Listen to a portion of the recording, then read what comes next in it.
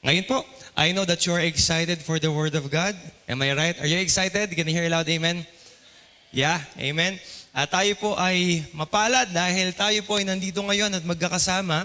Sabi ko nga po kanina, as one church, we gather together, hindi lang po para makinig ng salita niya, kundi tayo po ay nagtitipon upang manalangin ng sama-sama because there is indeed power in prayer. There is power in prayer. If we come to God and the Lord hears our prayers, and then we can receive His peace. Ngayon po, ang ating binasa po ay matatagpuan po sa chapter 4 ng Romans. At kung mapapansin po ninyo, ito po ay kinuha po sa pag-aaral po natin last week. Last week, we have studied that the hope is one source of strength. Tayo po ay nasa series po ng Stronger for Mission. And then for the past few weeks, we have talked about how a grateful heart can strengthen a person. Nang isang pusong mapagpasalamat ay nakakalakas. And last week po, na-discover po natin that the blessed hope in Christ, ang pag-asa po kay Kristo, ay nakakalakas. Amen po ba doon? Nakakalakas po ang pag-asa po kay Kristo. At dinascuss po natin doon, paanong paraan?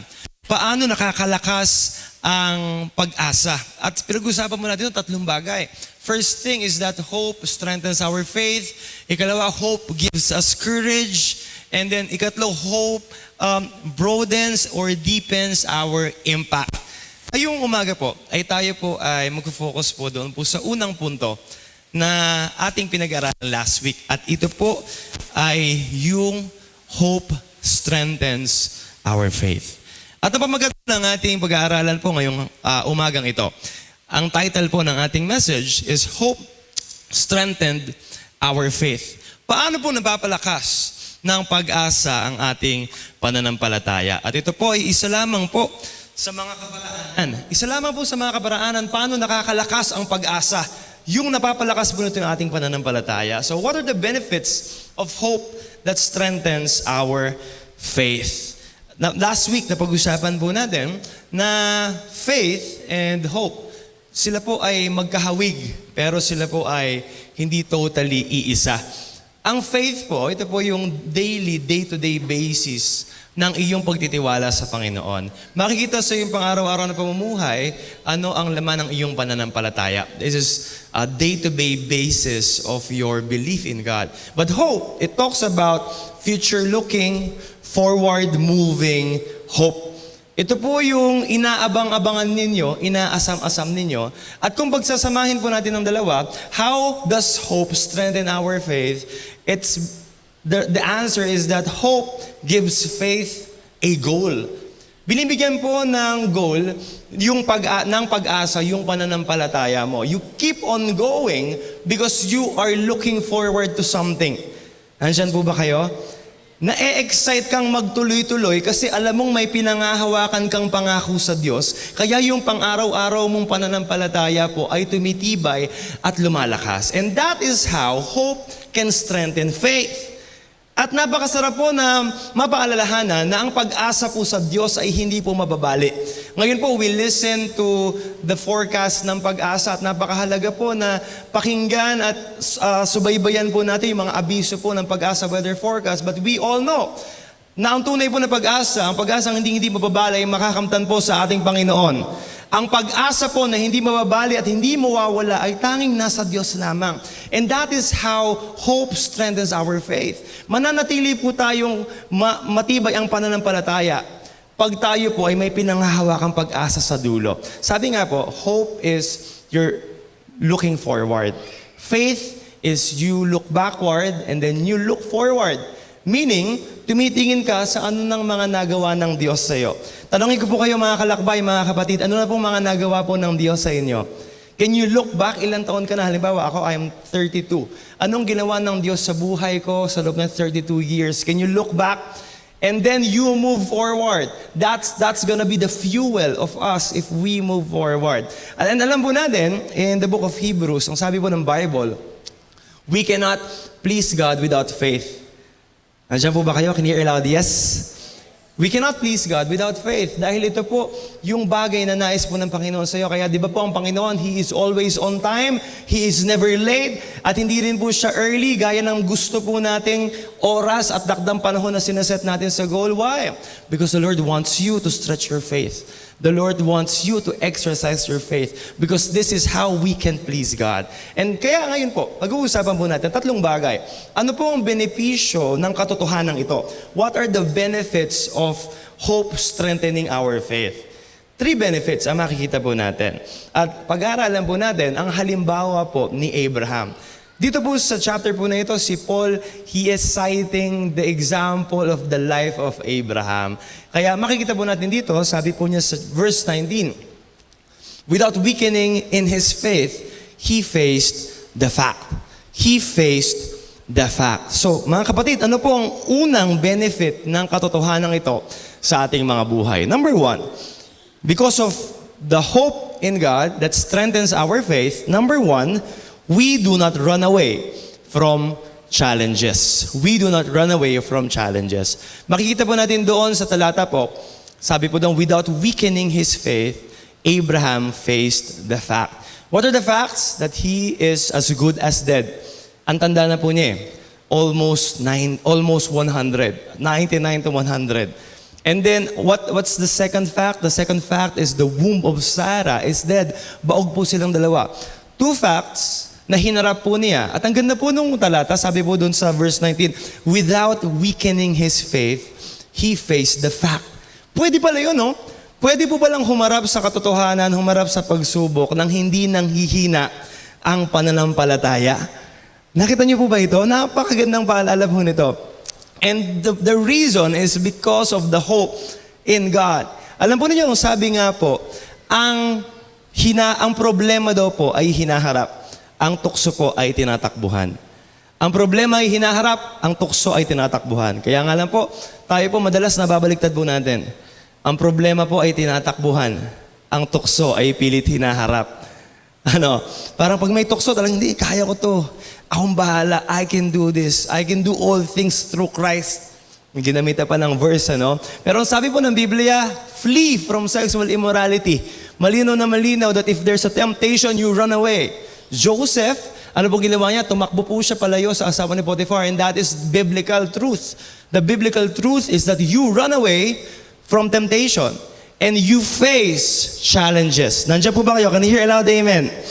Haharapin ang problema, haharapin ang pagsubok at tatakbuhan ang tukso. Nakita po natin dito, he faced the fact. He faced the fact.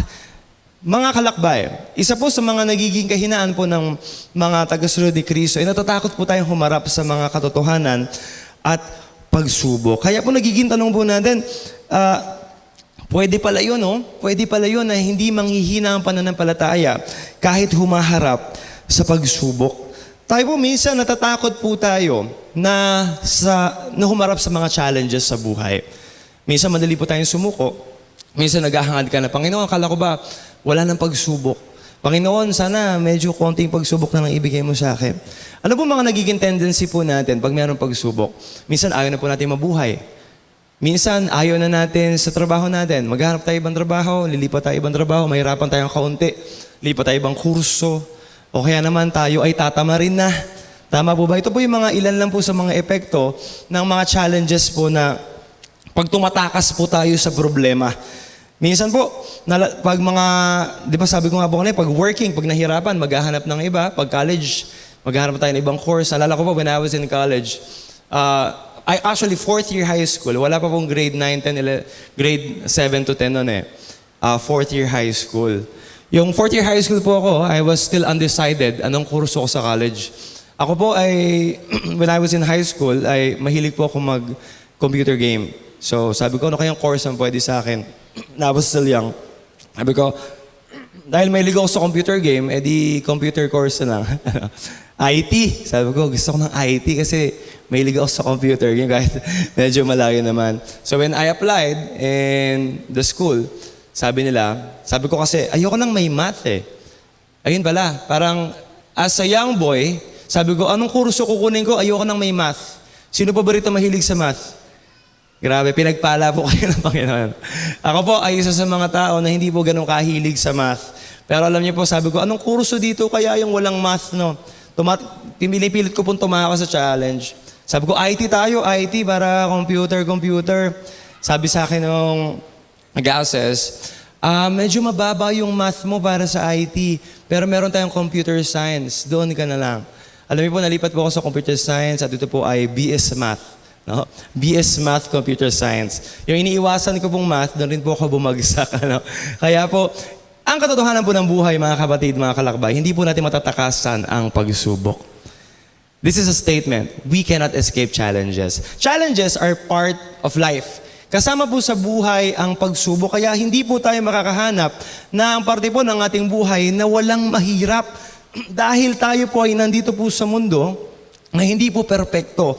And it is inevitable for us na kasama ang buhay, kasama sa buhay ang challenges. Kasama po sa buhay ang mga pagsubok. Sabi nga po ng John 16:33, that the Lord saw it, the Lord knew it, that there will be tribulation.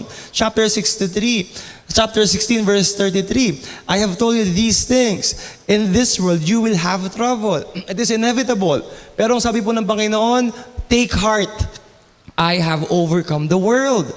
Siguro iniisip mo, nung naging Christian ako, akala ko ba mawawala na yung problema ko. Siguro naisip natin, siguro nung sumunod ako sa Panginoon, mawawala na lahat ng pagsubok. Gagaan na. Kung yan po ang sinabi sa inyo nang nagbahagi sa inyo ng gospel, ito po ay isang scam. It's a scam. Hindi mawawala ang problema mo, hindi mawawala ang pagsubok, hindi mawawala ang paghihirap pag sumunod kay Kristo.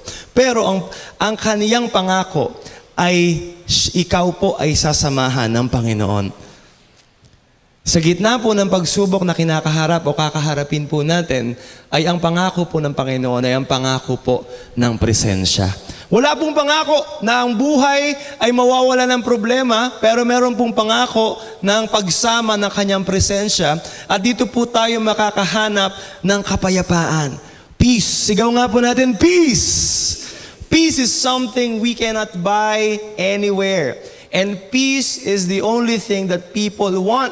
Marami pong mga tao, hindi po mga tulog, nababagabag po ng mga kinakatakot na kaharaping problema at kung ano-ano pong patong-patong na pag-aalala ang dumadating sa buhay, sa takot po sa mga parating na challenges. But one thing is for sure, that because of the hope that strengthens our faith, hindi ka na matatakot humarap sa problema. Hindi ka na matatakot humarap sa pagsubok dahil meron kang pag-asa na nagpapalakas ng pananampalataya mo at doon makikita mo yung naranasan po ni Abraham without weakening his faith. Nang hindi nang hihina, he faced the fact. We can face challenges without weakening our faith. Can you hear a loud amen to that? Napakasarap po ng katotohanan na ito, mga kapatid. I have overcome the world. Ang Panginoon, ang pangako po niya. Ang pangako po niya sa atin ay pagsama. Sabihin mo nga sa katabi mo, kasama mo ang Panginoon. Sige, sabihin mo, baka kailangan niya marinig, baka kailangan niya ng paalala. Sabihin mo, kasama mo ang Panginoon. Kasama mo ang Panginoon sa binabayaran mong utang. Kasama mo ang Panginoon sa nilalabanan mong karamdaman. Kasama mo ang Panginoon dyan sa pagsubok na bayarin. At kung ano mang pagsubok na iyong pangangailangan, tandaan mo, kasama mo ang Panginoon. Hindi mo lang kasama ang Panginoon sa saya, kundi kasama mo rin ng Panginoon kahit sa pagdurusa na nararanasan mo.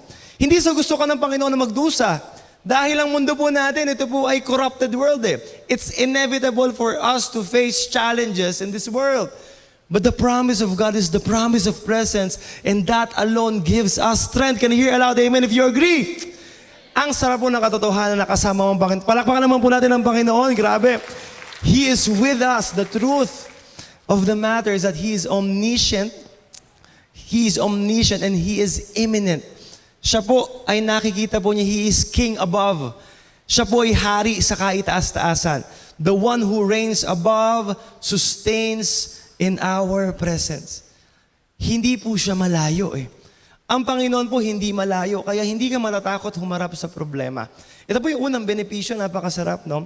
Alam niyo po yung ginto. Alam po ito ng mga nagiginto, no? Ang ginto, ito po ay nare-refine through fire. Nandiyan po ba kayo? Yeah? I know that you know that fact, no? Gold is refined through fire, like faith. Ang pananampalataya po natin ay titibay, gaganda kapag dumadaan po sa apoy. Kapag dumadaan po sa pagsubok. James chapter 1 verses 2 to 4. Sabi po ni James, consider it pure joy. James chapter 1 verse 2. Nakikita niyo po ito? Grabe po, no? Parang how can James say this? Consider it pure joy. Ano daw po yung i-consider na pure joy? Whenever you face trials of many kinds. Siguro maisip mo, Pastor, paano naman ako sasaya? Ang hirap ng dinadanas ng pamilya ko. Paano naman ako sasaya, Pastor? Ang daming bayaring hindi ko makumpleto. Paano naman kami sasaya? Walang kasiguraduhan na kinabukasan na maganda. How can we do? Why? Why should we do that? Sabi po ng verse 3, why should we consider it pure joy?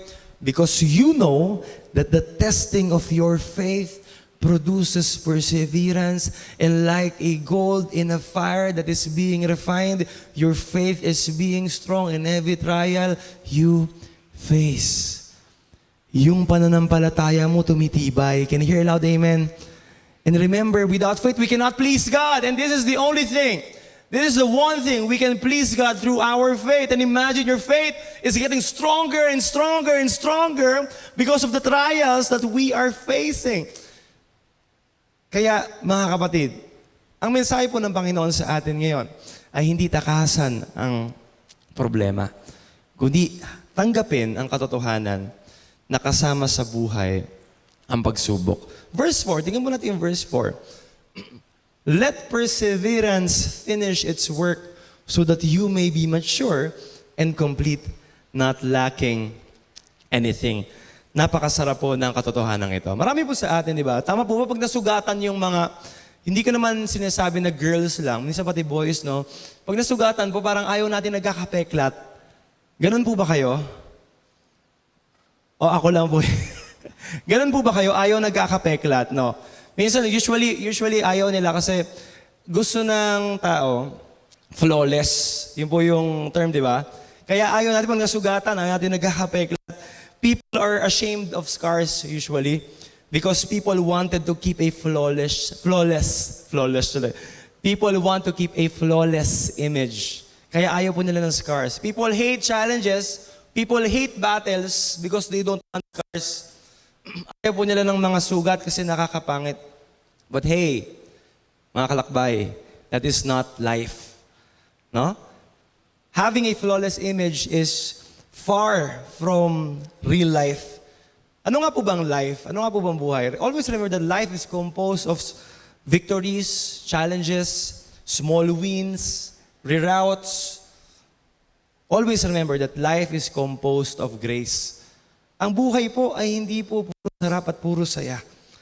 Ang buhay ay merong kasamang maliit na pagkatalo, masasayang pagkapanalo, pag-iiba ng direksyon ng Panginoon, sagot sa panalangin, paghihintay ng Panginoon. And when you sum it up, the sum of it all is that life is composed of the grace of Jesus. He did not promise a flawless life or a life without trial, but His promise is He will be with us even with the challenges. Kaya tandaan mo, kung minsan tahimik ang Panginoon sa pagsubok, ganun po talaga, wala naman pong maingay na guro habang nagki-quiz or nag-e-exam. Dahil nais po ng Panginoon na habang dumadaan tayo sa pagsubok, ay tayo po ay magkaroon ng pagkakatuto at pagtibay. Gaya po ng isang teacher na tahimik habang nagpapa-exam, ay ang Panginoon ay nakaabang lamang sa iyo para asistihan ka, para bigyan ka ng alalay. And that is why the first point, we do not run away from challenges. Amen? Can you hear loud amen if this is your thought? Amen. Hindi po tayo tatakbo. Hindi po tayo matatakot sa pagsubok. Naalala ko po isa po sa mga paborito kong love song. Mahilig po ba kayo sa love song? Mahilig ba kayo sa love song? Di ba? Yung isang paborito kong love song, Eraserheads po yun eh. With a Smile. Diba nakikinig po ako ng With a Smile, talagang parang nakaka-comfort siya sa akin. Yung lyrics and Lift Your Head. Alam niyo po ba yun? Fan ba kayo ng Eraserheads? No? Pag pinapakinggan ko yun yung Lift Your Head. Baby, don't be scared for the things that could go wrong along the way. You get by with a smile.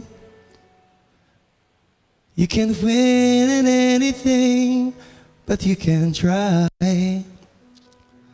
Baby, you don't have to worry, 'cause it ain't no be to hurry. No one ever said that there's an easy way.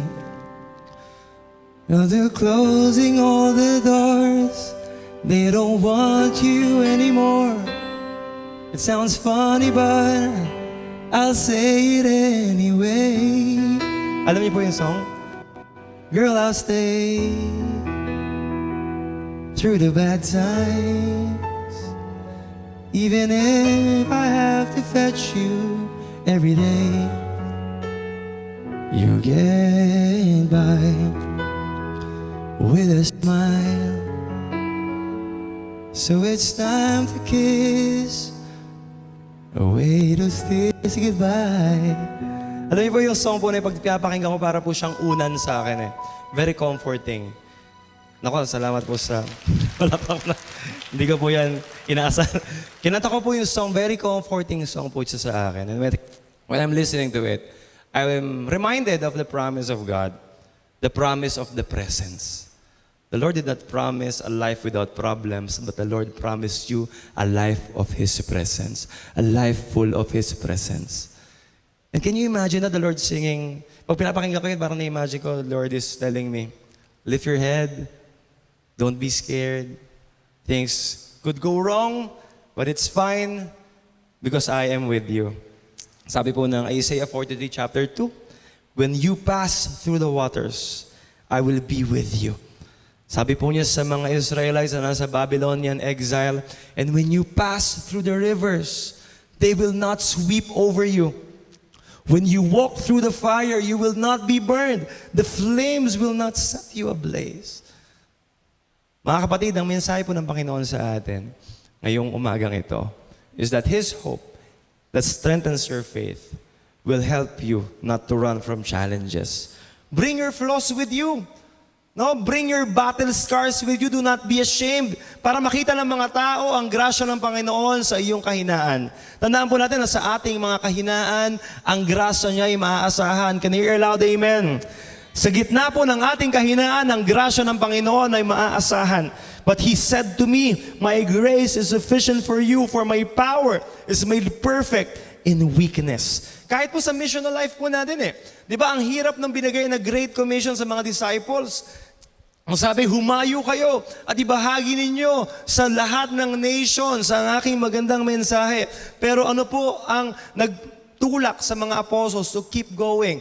Ano po yung mga challenges po ng mga apostles sa tingin po ninyo? Mapahiya? Mapagtawanan? Alam niyo po yung challenge sa mga apostles? Mamatay. They are being killed for spreading the gospel, and that is a big challenge, yes? That is one big challenge. They're facing death. But what kept them, what keeps them on, what made them strong in going forward and moving forward? The promise of His presence. Matthew chapter 28 verse 30. Matthew 28:30, and surely I am with you to the very end of the age. Kaya mga kapatid, huwag kang matakot sa problema. Sabihin mo nga po sa katabi nyo, huwag kang matakot sa problema. Dahil may pag-asa kay Kristo. Palakpakan mo natin ang ating Panginoon because He is with you to the very end of the age. Ikalawang bagay po, balikan po natin yung ating main verse.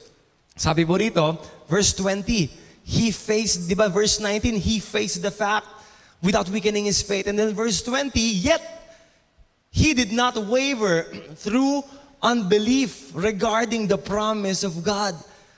He did not waver through unbelief. Hindi po siya nagpatalo sa duda. Alam niyo po, ang kaya na lang pong gawin ng kaaway po sa inyo ay magtanim po ng duda. Hindi ka na kayang galawin ng Panginoon eh. Hindi ka na kayang i-condemn, hindi ka na kayang galawin ng kaaway, I mean. Hindi ka na kayang i-condemn ng kaaway. Romans 8:1, you are not condemned if you are in Christ. Can you hear loud, amen? Ang kaya na lang po niya magawin, magtanim ng duda sa iyong identity. Kaya po ikalawang bagay, the second benefit that we can experience and we can enjoy sa hope na nagpapalakas sa atin is we are not crippled by our doubts. We are not crippled by our doubts. And doubts is the only thing that the enemy can do to distract you. Magtanim ng duda, magtanim ng kasinungalingan, at lokohin ka kung sino ka. Alam niyo po, yung mindset po natin, our mind setting is very important. If our mind setting is wrong, kung mali ang pagtingin mo sa sarili mo, ay talagang hindi mo maaasam yung nais mong resulta sa iyong habits. Kung mali ang pagtingin mo sa sarili mo, ay mahihirapan tayong manatili sa pananampalataya sa Panginoon.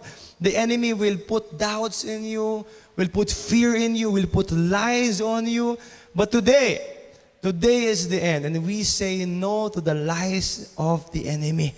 Alam niyo po, sabi ng Romans chapter 12 verse 2. Romans 12 verse 2. Sabi, renew our minds. Ang hamon po sa atin ni Paul, do not conform to the pattern of this world, but what? But be transformed to the renewing by the renewing of your mind. Then you will be able to test and approve what God's will is. His good, pleasing, and perfect will. Ang ganda po ng will ng Panginoon sa atin, no? Good, pleasing, and perfect. Andiyan po ba kayo? Can you hear aloud, amen? And we can know the will of the Lord, no? We can be able to test and approve what God's will is. We need to be transformed. Be transformed. Paano daw po? By the renewing of our minds. The metanoia. Ano po yung kailangan mabago sa ating pag-iisip? Kailangan mabago sa ating pag-iisip ang iyong identity kay Kristo. Kaya yung mga kasalanan mo, yung dating masaya, masarap sa iyo, if you renew your mind of who you are, the sins that you were enjoying yesterday, you will despise them today if you renew your mind. Nandyan pa po ba kayo? Can you hear aloud? Yes. Hindi yung effort mo na sasabihin mo sa kasalanan. No. Hindi ganon. Kailangan mong baguhin ang iyong pananaw at pag-iisip sa kung sino ka kay Kristo. So, for us, we can say no to sin. And you know, one sin that I want to discuss to you is the sin of unbelief. Sabihin nga po natin, unbelief. That's a sin. Yeah. Ang hindi paniniwala at hindi pagtitiwala ay isang kasalanan po sa Panginoon. How so? Sabi ko nga po kanina, faith. It's impossible to please God without faith. Unbelief is also a sin. Kaya kailangan po natin bantayan natin mga sarili. If we hold on to the hope that strengthens our faith, we cannot be crippled by doubts. Gaya po ni Abraham. Siya po'y pinangahawakan po niya ang pag-asa na binigay sa kanya ng Panginoon. Kaya yung pananampalataya po niya tumibay. Tumibay, kaya hindi po siya kinain ng duda ng buhay. Ano po yung mga duda at takot mo ngayon po sa panahon po ng inyong season? What are the fears that are playing around in your mind? What are the doubts that the enemy is telling you right now? Tandaan po natin that our eyes can fool us. Our eyes can fool us. Bakit po? Because faith does not make sense with logic. Pag ginamitan mo ng logic lang, hindi magme-make sense yung faith mo eh. That is how faith works. Hindi mo masosolve ng mathematics mo yung kayang gawin ng faith mo. Are you there? Can you hear aloud? Amen. Yung magbibigay ka sa Panginoon ng ganitong halaga, babalik sa iyo ng doble, triple. Paano yun nangyayari? What is the math telling us there? Pag nagtiwala ka sa Panginoon, talong-talo ka na, bigla kang mananalo. Anong nagagawa ng pananampalataya? That is what faith can do. Ang sabi nga po ng Bible, di ba po, sa 2 Corinthians 5:7, we live by faith and not by sight. We live by faith and not by sight. Ang ating mga paningin po, sa nakikita mo, pwedeng talo ka na. Sa computation mo, pwedeng wala ka ng pera. Sa tansya mo, mukhang wala ng pag-asa mabago yung anak mo. Sa pagkwento mo, mukhang malulugi ka na sa negosyo. Alam niyo po, yan po nagagawa if we live by sight. Brothers and sisters, today is a reminder that we are to live by faith and not by sight. Your sight might tell you that you are a loser. or you are already over. But if you live by faith, you can experience miracle. Mga kalakbay, gusto niyo po ba makaranas ng himala sa Panginoon? Can you hear loud, amen? Live by faith. Stop living by sight. Alam po ninyo si Sarah. Balikan po natin si Abraham, yung pinag-uusapan po natin. Sa Genesis chapter 18 verse 12. Genesis chapter 18 verse 12. Nung unang sinabi po sa kanila yon na magkakaanak po sila, ang naging reaction po niya, nag-eavesdrop lang po kasi si Sarah eh. Nasa loob po siya ng tent. Ang sinasabihan po si Abraham, tapos sabi ng Panginoon, ng mga messengers, magkakaroon kayo ng anak kasing dami ng bituin. Ano bang sabi? Ano bang nangyari po? Narinig po ni Sarah. So, Sarah laughed to herself as she thought, after I am worn out and my Lord is old, will I now have this pleasure? Naranasan niyo na po ba yung ganyan? Natawa kayo? I am this old? Kaya ba yun? Pag nagtiwala ko, babalik ba talaga yan ng Panginoon? Pag sumunod ako, talaga bang hindi pababayaan ng Lord? Di ba? Gagastos ako dyan? Di ba maglalaan ako ng panahon dyan? Paano naman yan babalik sa akin? Alam niyo po, nakita po natin dito, Sarah laughed and most of us, we can relate to the reaction. If we are crippled by doubt, first reaction is unbelief. Unbelief. Pero, remember who gave the promise to you. Sa gitna po ng duda, lagi po nating tandaan, sino yung nagbigay ng pangako. Balikan po natin, sino. Tapos tanongin natin yung mga tanong na to. Mapagkakatiwalaan ba siya? Is he trustworthy? Is he good? Kamusta ang track record ng Panginoon? At alam niyo po, ang Panginoon ay tunay po na maaasahan. At pag binasa pa po natin yung kasunod na verse, sabi po ng verse 13. Sabi po ng verse 13 dito. If you read the next verse, narinig po ng Panginoon, sabi niya, bakit tumatawa si Sarah? Bakit siya nagdududa? Sabi ng Panginoon. And then verse 14. Sabi po sa verse 14. Pwede po natin pakibasa yung verse 14. 1, 2, 3, go. Is anything too hard for the Lord? Can you ask yourself that question today? Is there anything too hard for the Lord? Is there anything too hard for the Lord? Can you answer me right now? Is there anything too hard for the Lord? No. There's nothing that is impossible if we live by faith. Tapos po, sabi sa verse 15. Verse 15. Sabi dito, natakot si Sarah. Sabi niya, hindi Lord, di po ako tumawa. Tapos sumagot yung Panginoon, hindi, tumawa ka. Nakakatawa yung eksena na yun. No? Sabi ni Sarah, I did not laugh. Sabi ni God, yes, you did laugh. Alam rin po ng Panginoon yung mga maliit na duda po natin. Alam po ng Panginoon yung mga maliit na hindi natin pagtitiwala sa Kanya. Wala kang maitatago sa Panginoon. Naniniwala po ba kayo doon? Can you hear loud? Amen. Wala kang maitatago sa Panginoon. Hindi ko sinasabi na mali magtanong. Yung mga psalmists, they are expressing their grief, di ba? They're expressing their unbelief to the Lord, and every emotion is valid to the Lord. Ang ganda po ng Book of Psalms na ipapakita po doon that we can pour out our hearts to God. But at the end of the Psalms, lagi pong may pagtitiwala yung mga psalmists. Okay lang magtanong. Ang mali ay yung hindi mo tanggapin yung sagot. Okay lang magtanong sa Panginoon, pero pag sumugot at hindi mo tinanggap, baka doon tayo nagkakaroon ng pagkakamali.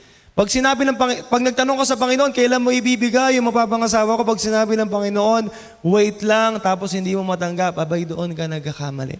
Kapag sinabi mo sa Panginoon, kailan ako magkakaroon ng maraming pera at sumagot ang Panginoon ng sagot na hindi mo gusto at hindi mo tatanggapin, doon tayo nagkakamali. It's okay to ask questions, but what's wrong is when we do not accept the answer of God. Alam niyo po, ang ganda ng promise po kay Abraham. Genesis chapter 15, verse 4. Sabi po dito, basahin po natin. Genesis 15:4. Then the word of the Lord came to him. Basahin po natin ang sama-sama. This man will not be your heir, but a son who is your own flesh and blood will be your heir. Verse 5. Verse 5. Ang sabi po dito, ang magiging anak mo. He took him outside. Nilabas po si Abraham. Tapos sabi, look up at the sky and count the stars. If indeed you can count them, then he said to him, so shall your offspring be.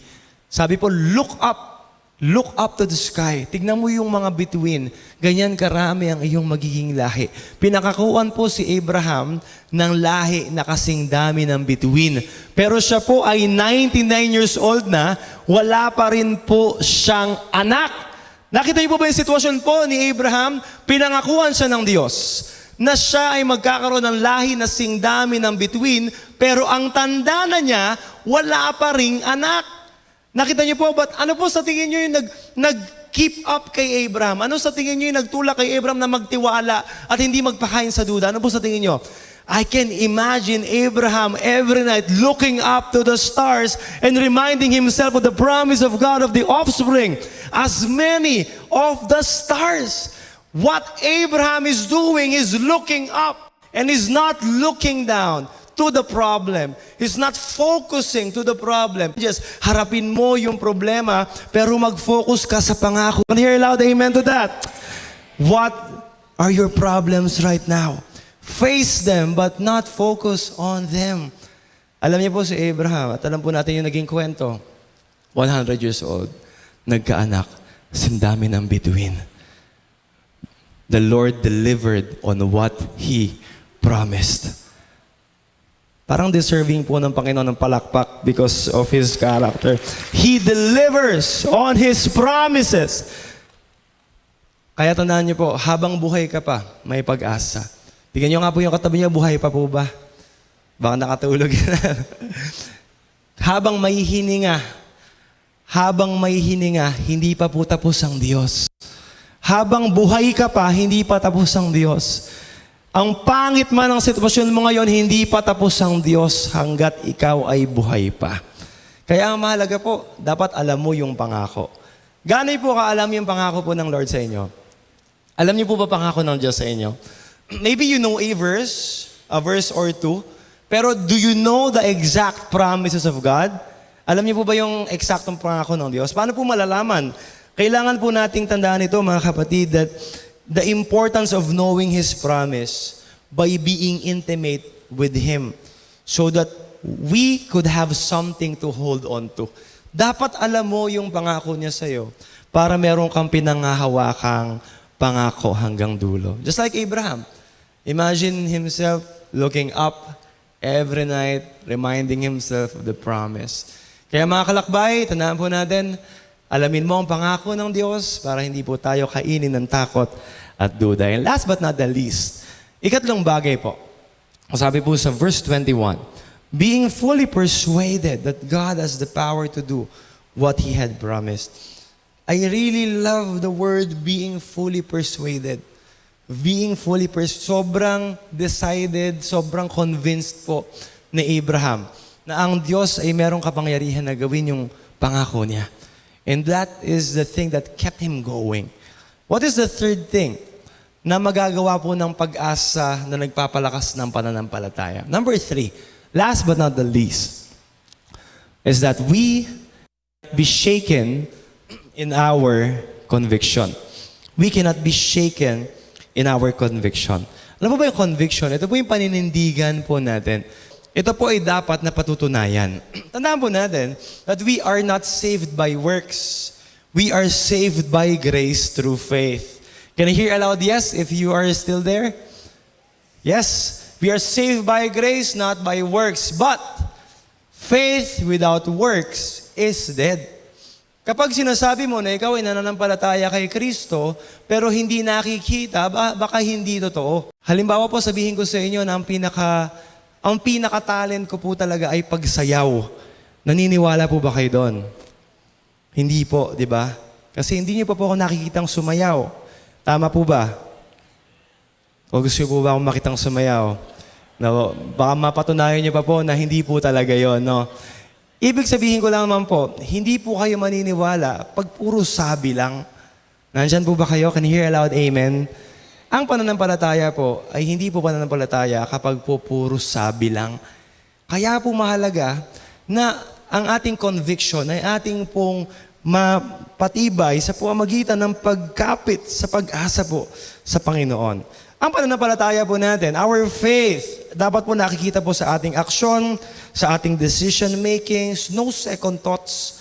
Because faith is the strength of our conviction, and our conviction proves our faith. Faith is the strength of your conviction, and our conviction proves our faith. Kaya kung matibay po ang ating pag-asa sa Panginoon, if you really believe that He is the way, the truth, and the life, if you really believe that He is the only one who can satisfy, if you really believe that He is your Lord and Savior, if you really believe that He is your healer and your Father, kung naniniwala ka sa mga bagay ito, dapat lumalabas sa kilos mo, dapat lumalabas sa salita mo, dapat lumalabas sa pagdedesisyon mo, dapat lumalabas sa Facebook post mo, dapat lumalabas sa iyong mga ginagawa sa buhay. Nandyan po ba kayo? Can you hear aloud, amen? This is what the hope of God strengthens our faith can do. It can strengthen our conviction because this is the proof that we have faith in God. No second thoughts. No second thoughts. Gaya po ni Daniel. Kilala mo ba si Daniel? Alam niyo po, actually, Daniel chapter 3, si Shadrach, Meshach, Abednego. Di ba po sila ay inuutusan na sumamba po sa golden statue ni Nebuchadnezzar. Pero sila po, pinili po nila hindi. This is our conviction. Imagine po kung tayo po yun, no? Kailangan nating i-assess. Paano kung ako yung nasa lugar na iyon? Magpapanggap ba ako na ako ay kabilang sa mga sumasamba kay Nebuchadnezzar just to live? Or I will stand my conviction and die? Alam mo po si Daniel chapter 6 verse 10. Daniel 6:10. Ang sabi po sa batas, ang mananalangin sa ibang Diyos ay parurusahan. So, si Daniel meron po siyang habit na nananalangin po siya lagi. Pero alam niyo po, nung nalaman po niya yung batas na yon, nung nalaman po niya when he had learned the decree had been published, umuwi po siya, umakyat po sa taas ng kanyang kwarto kung saan po bukas ang bintana toward Jerusalem, and 3 times a day, he got down on his knees and he prayed and he gave thanks to his God just as he had done before. Wala pong nabago kahit merong pressure sa paligid.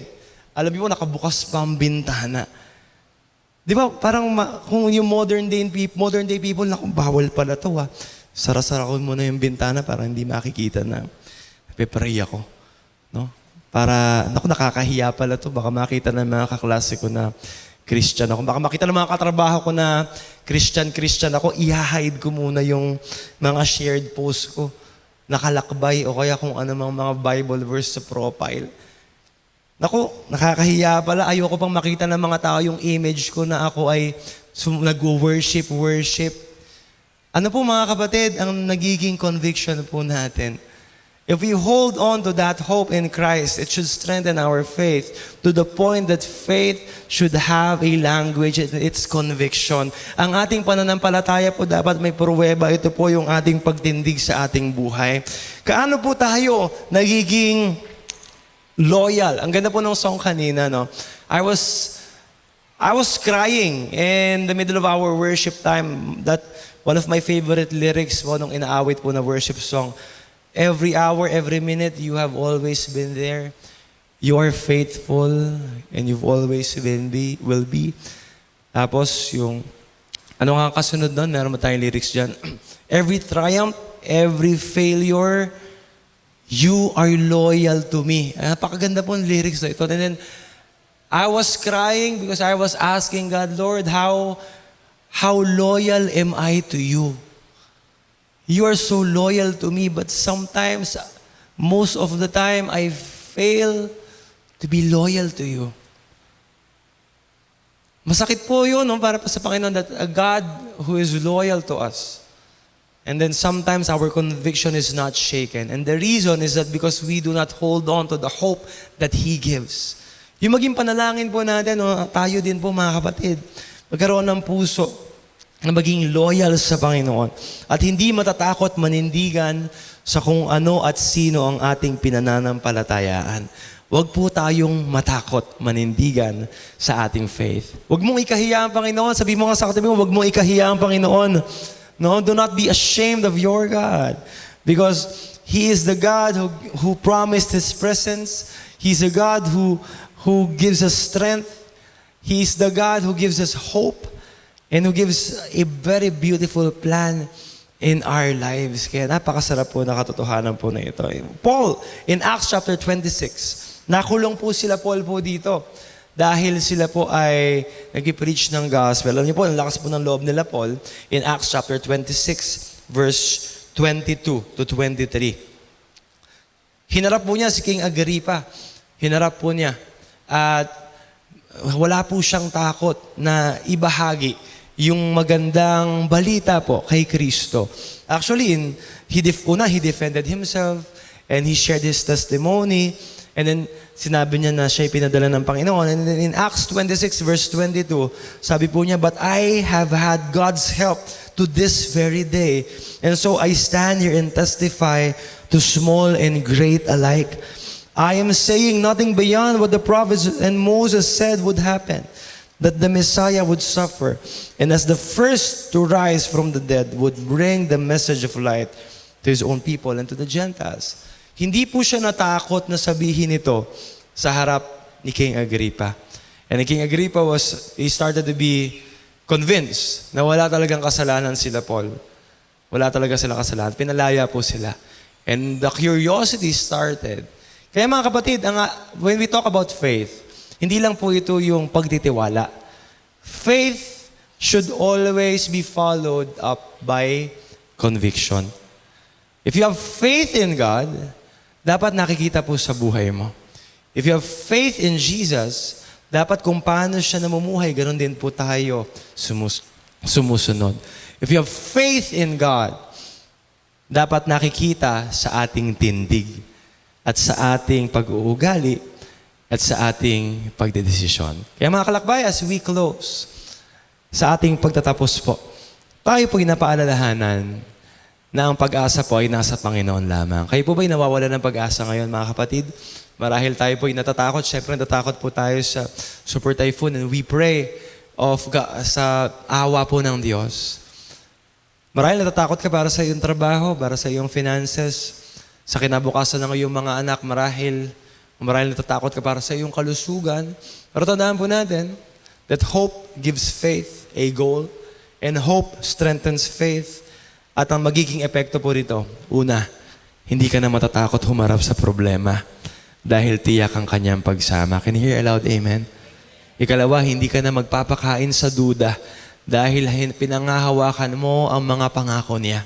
Alamin mo mga pangako ng Diyos para araw-araw mong ipaalala. Like Abraham, he looks up to the sky and he is always being reminded by the many stars in heaven. Ano yung mga dapat mong tignan? Always remember that phasing and focusing are two things. Face the facts and focus on the promise. And last but not the least, because of the hope that strengthens our faith, we can have a firm conviction. Makikita sa buhay mo yung pananampalataya mo. Tayo po'y pumikit, tayo po'y yumuko, tayo po'y lumapit po sa Panginoon.